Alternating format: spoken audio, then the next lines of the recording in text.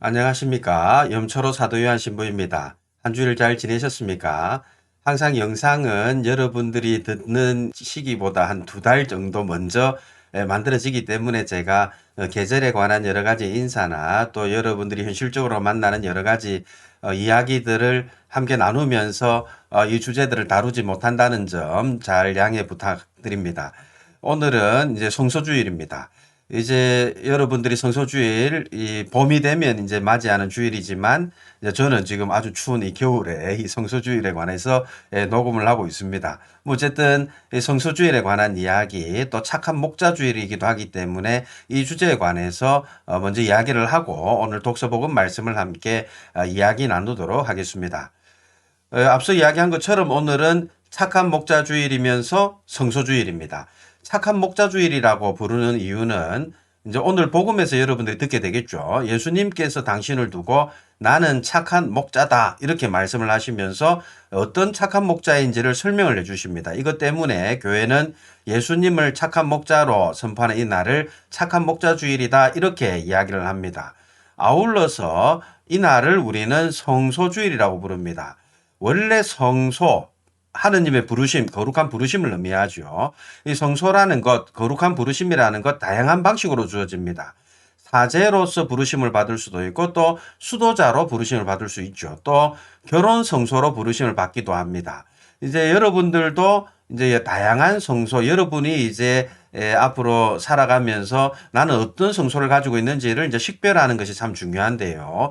이제 저는 사제 성소를 받았기 때문에 사제로 살아가고 있죠. 여러분들은 어떤 성소를 가지고 있는지를 한번 이제 깊이 있게 생각해 보라. 뭐 이것을 이제 강조하는 주일이기도 하지만 오늘은 특별히 사제 성소, 수도 성소 뭐 이런 것에 불림을 받은 사람들을 위해서 기도하고 좀 더 많은 사람들이 사제로 수도자로 부르심을 받기를 함께 기도하는 날이다. 이렇게 이야기할 수 있겠습니다. 특별히 착한 목자들을 많이 보내달라고 청하는 날이 바로 오늘 이 성소주일입니다.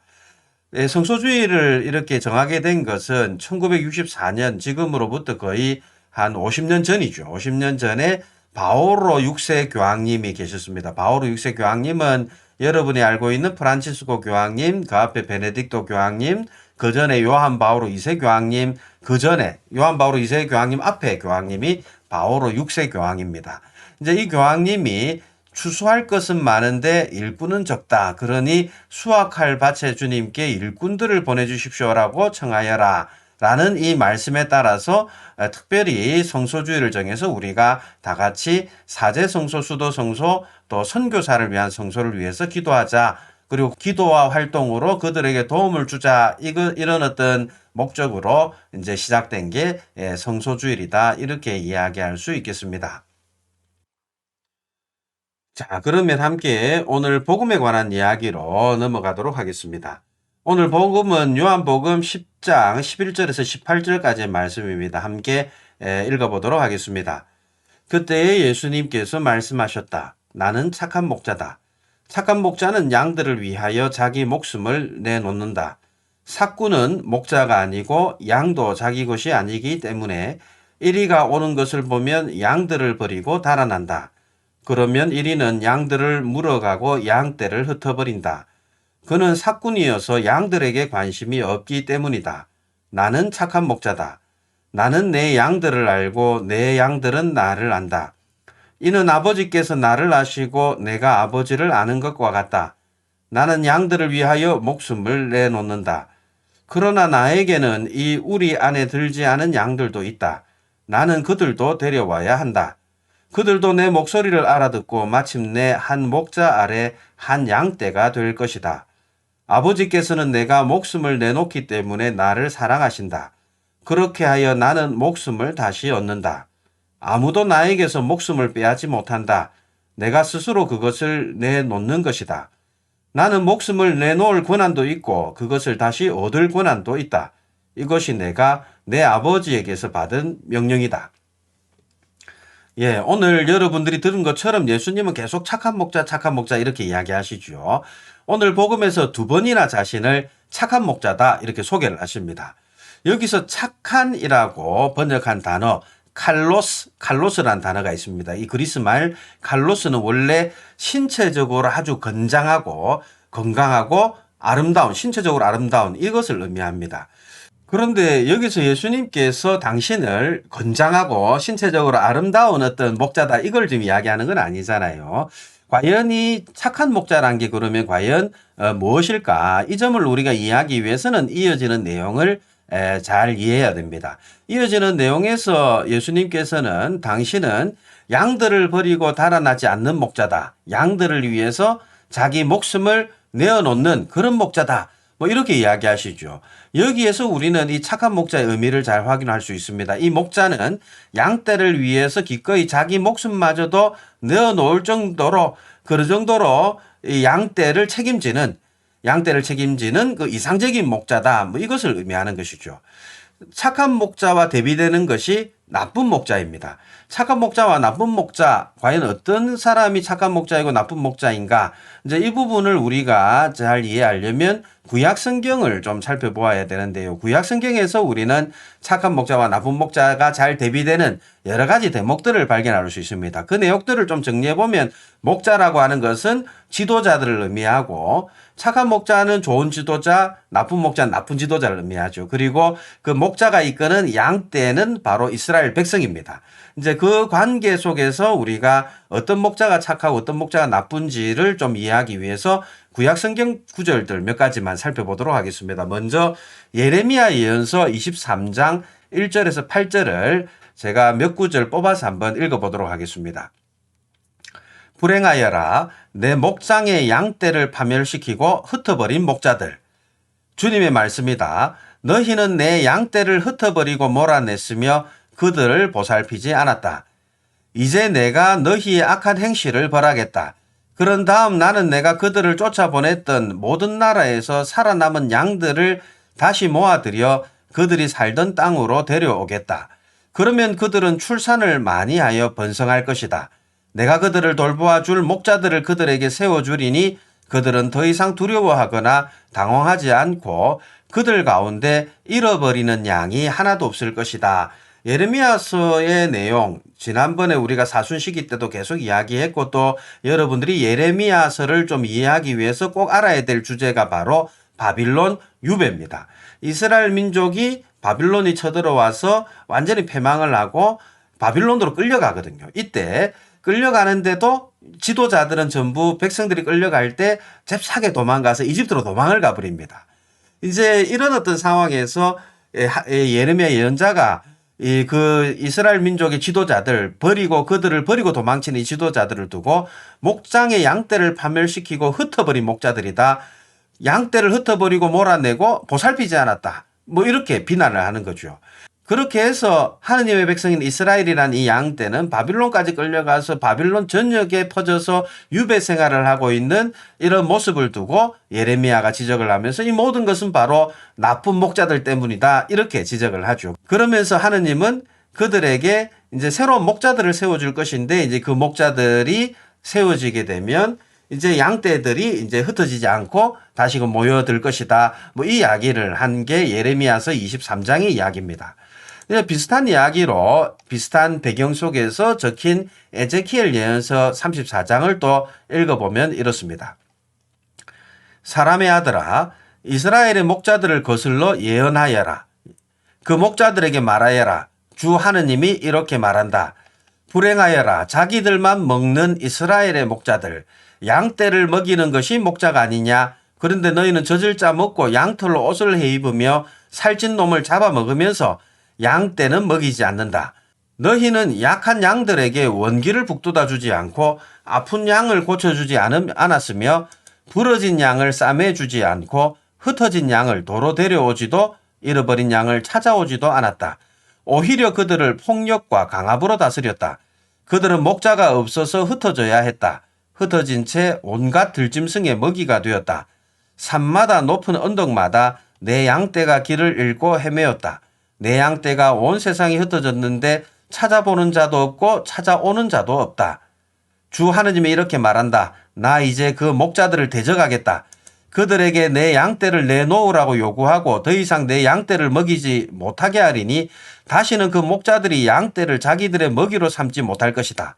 나는 내 양떼를 그들의 입에서 구해내어 다시는 그들의 먹이가 되지 않게 하겠다. 주 하느님이 이렇게 말한다. 나 이제 내 양떼를 찾아서 보살펴 주겠다. 자기 가축이 흩어진 양떼 가운데 있을 때 목자가 그 가축을 보살피듯 나도 내 양떼를 보살피겠다. 캄캄한 구름의 날에 흩어진 그 모든 곳에서 내 양떼를 구해내겠다. 그들을 민족들에게서 데려내오고 여러 나라에서 모아다가 그들의 땅으로 데려가겠다.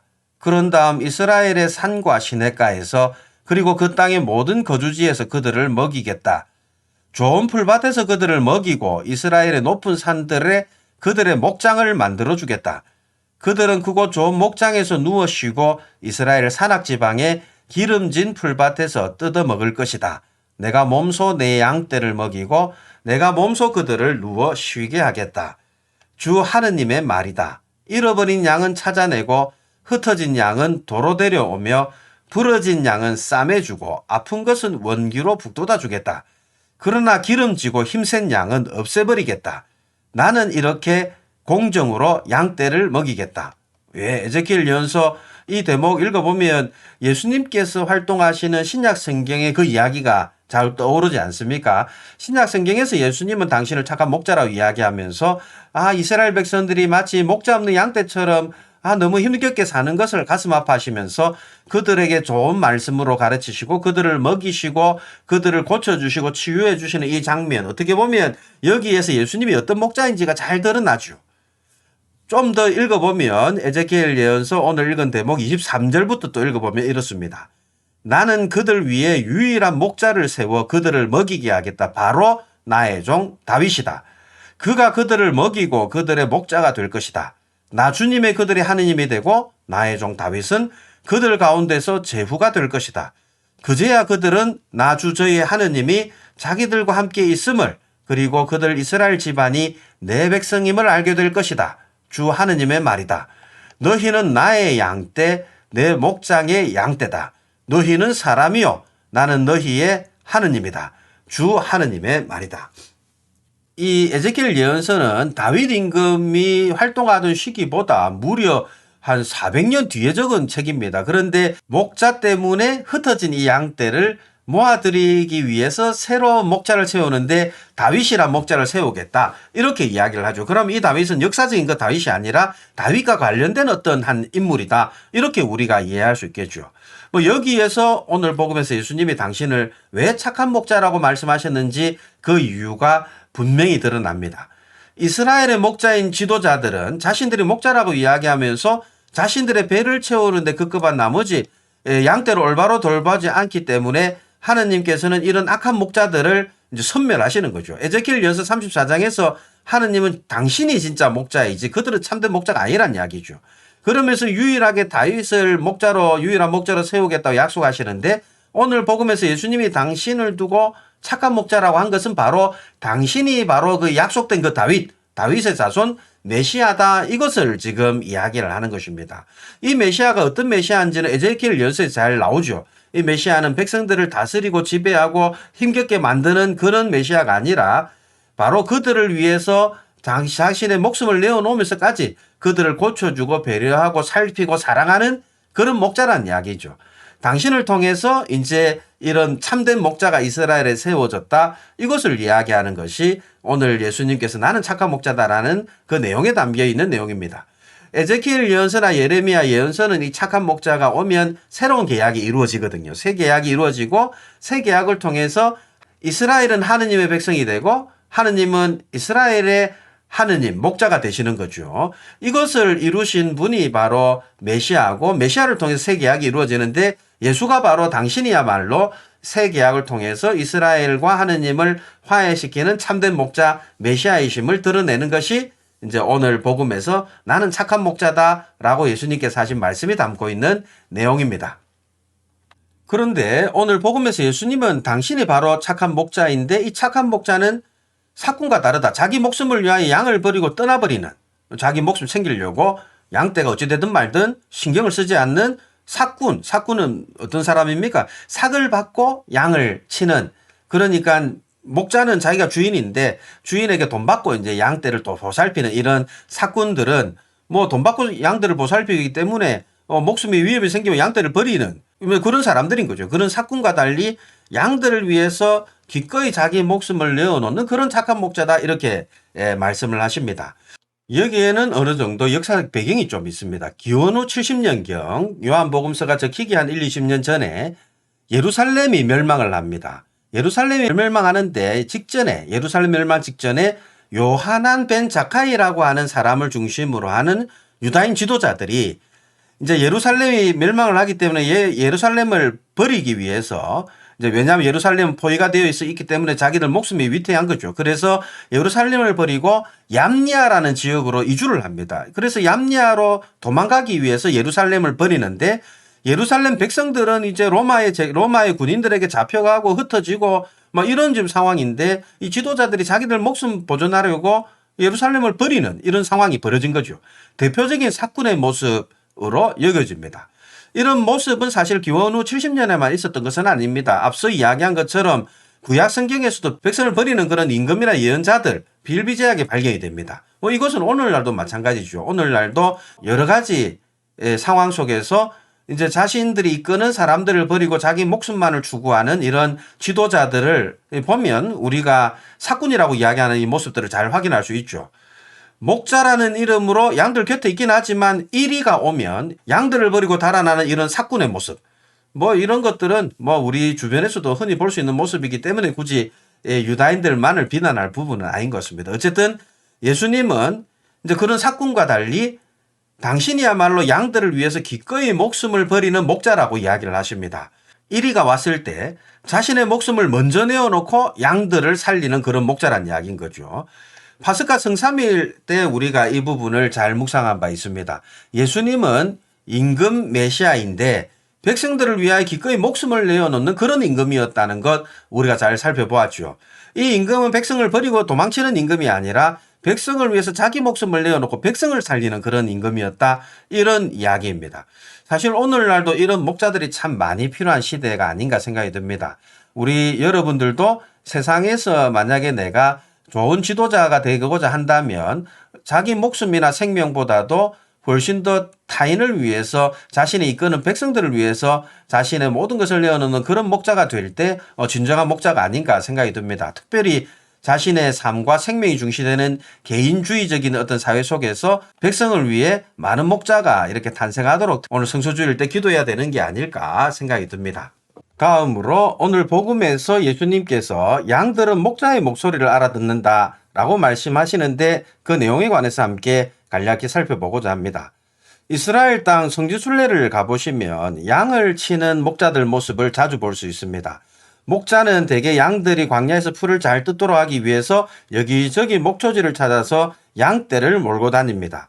그런데 광야에는 대개 물이 부족하기 때문에 물이 있는 곳에 가면 여러 목자가 함께 모일 수밖에 없죠. 이제 그러다 보면 여러 양떼가 섞이게 되는데 나중에 자기 양을 어떻게 구분할 수 있을지, 자기 양떼를 어떻게 찾을 수 있을지 좀 의문을 가질 수가 있습니다. 이제 당연히 표식은 해두죠. 표식은 해두지만 대개 양들이 목자의 목소리를 알아듣습니다. 그래서 어느 정도 시간이 돼서 목자가 가자고 양들을 휘바람을 불어서 불러내면 양들은 그 목자의 소리를 듣고 알아서 따라 났습니다. 물론 안 오는 양떼는 또 찾아서 표식에 따라서 구분하긴 하지만 어쨌든 양떼는 목자의 목소리를 알아듣는다. 이것은 양을 치는 사람들에게서 종종 확인할 수 있는 내용입니다. 예수님은 이런 모습을 비유로 삼아서 당신이 목자이고 우리를 당신의 양떼라고 말씀하시죠. 그리고 당신은 목자로서 양떼를 잘 알고 있고 양들도 당신의 목소리를 알아듣는다고 말씀하십니다. 그런데 오늘 복음에서 예수님은 나에게는 이 우리 안에 들지 않은 양들도 있다, 이렇게 이야기를 하십니다. 여기서 우리라고 하는 것, 그것은 이스라엘을 상징합니다. 예수 그리스도는 이스라엘 백성이 기다리던 메시아였죠. 그래서 이스라엘이라고 하는 우리 안으로 양들을 데려고 옵니다. 그런데 이 우리라고 하는 것, 이 이스라엘은 단순히 옛 이스라엘이 아니라 하느님의 새로운 백성 이스라엘, 바로 교회를 상징하죠. 여기에는 이방인이든 유다인이든 상관이 없다는 이야기죠. 원래는 유다인들이 먼저 들어왔던 이스라엘이지만 그 우리 안에 들지 않았던 그 양들, 바로 이방인들까지도 예수님께서는 그 우리 속으로 데려오겠다. 예수님의 목소리를 듣고 그분을 따라 나서는 모든 이라면 그 사람이 이방인이든 유다인이든 상관없이 다 그 우리 속으로 들어올 수 있다. 그렇게 모두는 목자 아래서 한 양떼가 될 것이다. 이렇게 이야기를 하십니다. 자, 그러면 오늘 일독서 내용으로 넘어가도록 하겠습니다. 오늘 일독서에서 우리는 사도행전 4장 8절에서 12절의 내용을 읽게 됩니다. 함께 봉독하도록 하겠습니다. 그 무렵 베드로가 성령으로 가득 차 말하였다. 백성의 지도자들과 원로 여러분, 우리가 병든 사람에게 착한 일을 한 사실과 이 사람이 어떻게 구원받았는가 하는 문제로 오늘 신문을 받는 것이라면 여러분 모두와 온 이스라엘 백성은 이것을 알아야 합니다. 나자렛 사람 예수 그리스도의 이름으로 곧 여러분이 십자가에 못 박았지만 하느님께서 죽은 이들 가운데에서 다시 일으키신 바로 그분의 이름으로 이 사람이 여러분 앞에 온전한 몸으로 서게 되었습니다.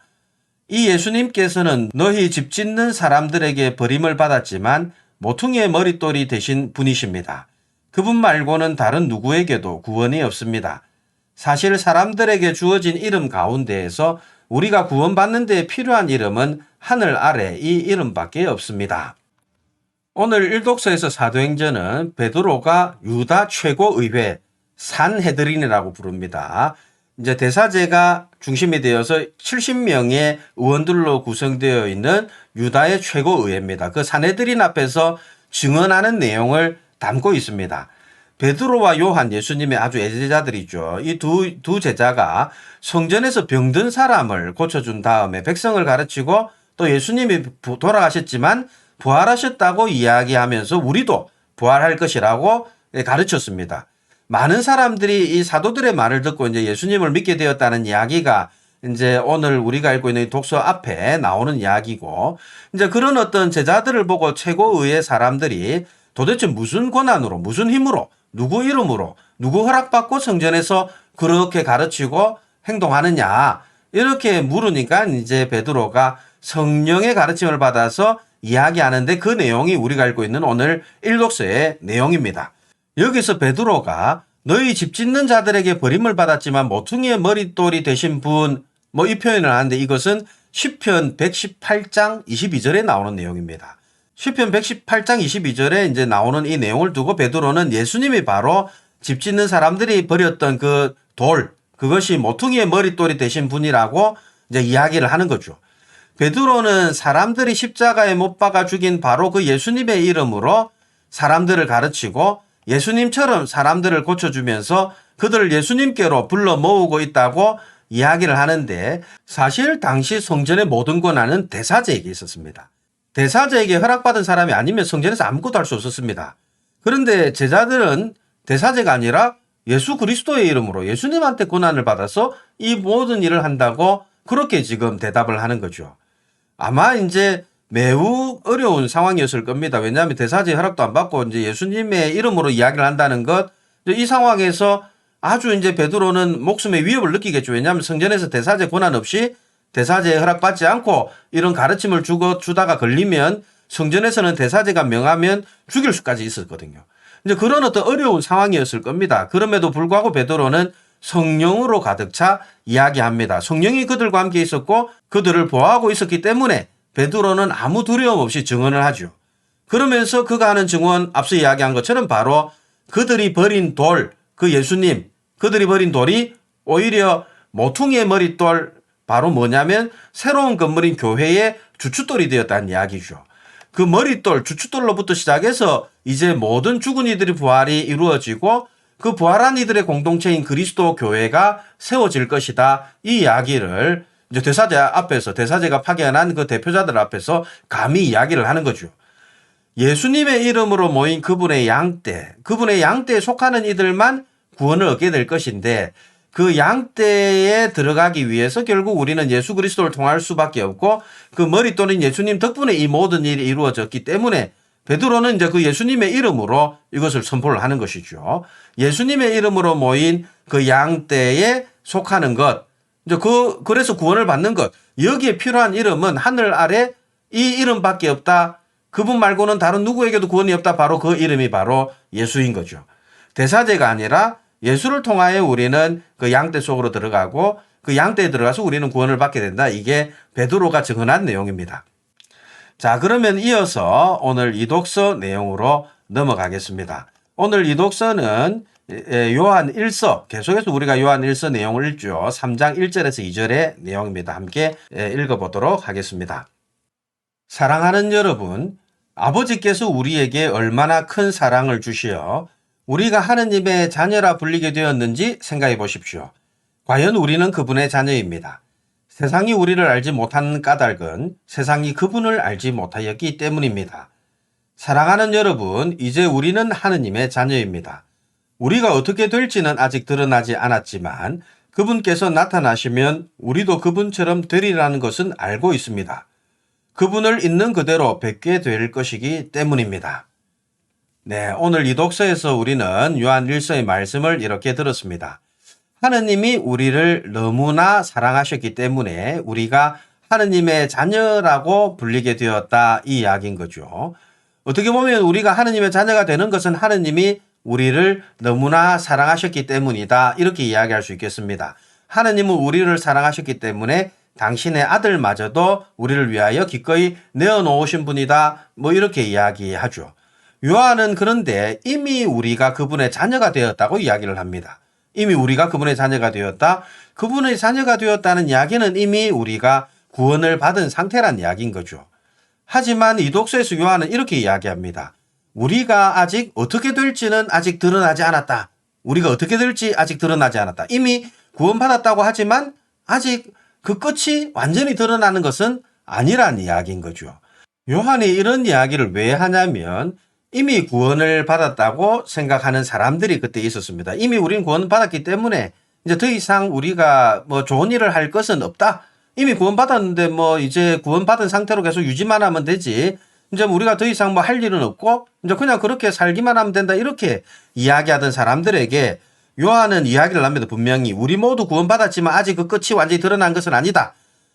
이미 종말이 그냥 실현되었다고 그냥 대충 살아도 된다, 이렇게 구원받았다고 얘기하면서 난 구원받았습니다 하고 자랑만 하고 다니고 아무런 실천도 하지 않는 사람들에게 아직 그 미래가 완전히 드러난 것은 아니라고 요한은 이야기를 하죠. 다만 우리는 그분께서 나타나시면 우리도 그분처럼 되리라는 것, 이제 예수님께서 재림하실 때 우리 역시 부활하여 그분과 영원한 생명을 살 것이라는 것을 우리가 알고 있지만 아직 그것은 미래의 희망으로 남아있는 것이지 아직 완전히 이루어진 것은 아니라는 게 이 요한의 이야기입니다. 우리는 하나님의 자녀로 부활하리라는 희망 안에서 기뻐하며 살아야 되지만 완전히 부활하게 될 그날, 종말의 날을 기다리면서 이 땅에서 예수님을 본받아서 자신에게 주어진 십자가를 기꺼이 지고 죽음을 향해 나아가야 한다. 이것이 요한의 가르침인 거죠.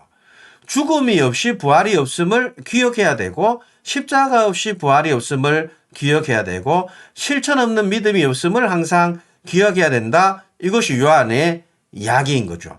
우리를 위하여 당신 자신을 내어놓으신 하느님의 사랑으로 죄를 용서받아서 이제 하느님의 자녀가 된 우리들은 그렇게 우리가 하느님의 자녀가 되었음을 기억하고 우리도 이웃을 위해서 자기 자신을 내어놓음으로써 그들도 하느님의 자녀가 될 수 있도록 하느님의 우리 속에 들어올 수 있도록 해야 된다. 이게 요한의 이야기입니다. 그런 사람들을 하느님께서는 되살린다는 거죠. 이것이 우리가 믿는 믿음이고 그리스도인들은 이것을 선포하는 사람들이고 그렇게 선포하라고 불림을 받은 사람들이죠. 특별히 성소를 받은 사람들은 이제 그런 삶을 철저히 살라고 부르심을 받은 사람들인 거죠. 이렇게 부르심을 받아서 십자가를 지고 살아가야 되는데 여전히 오늘날도 구원받았다 말만 하고 실천하지 않는 이런 사람들을 우리는 종종 만나게 됩니다. 특별히 오늘 이 독서에서 요한은 그렇게 말만 나부랑 하면서 믿는다고 말하면서 실천하지 않는 사람들, 그런 사람이 되지 말고 이제 구원을 받았다고 생각하면서도 여전히 그 구원에 대한 희망을 가지고 살면서 이 땅에서 충실히 자기에게 주어진 십자가를 지고 살아라. 이것이 오늘 이 독서 요한이 이야기하는 내용입니다. 이제 마무리하면서 특별히 다시금 이 성소주의를 맞아서 우리 모든 이들이 자신들에게 주어진 성소를 잘 식별하고 하느님의 부르심 안에서 예수 그리스도를 따라서 자신의 십자가를 충실히 지면서 세상 마지막 날 예수님과 함께 부활하리라는 그 믿음과 희망 안에서 또 한 주간 충실히 살아가셨으면 좋겠습니다. 감사합니다.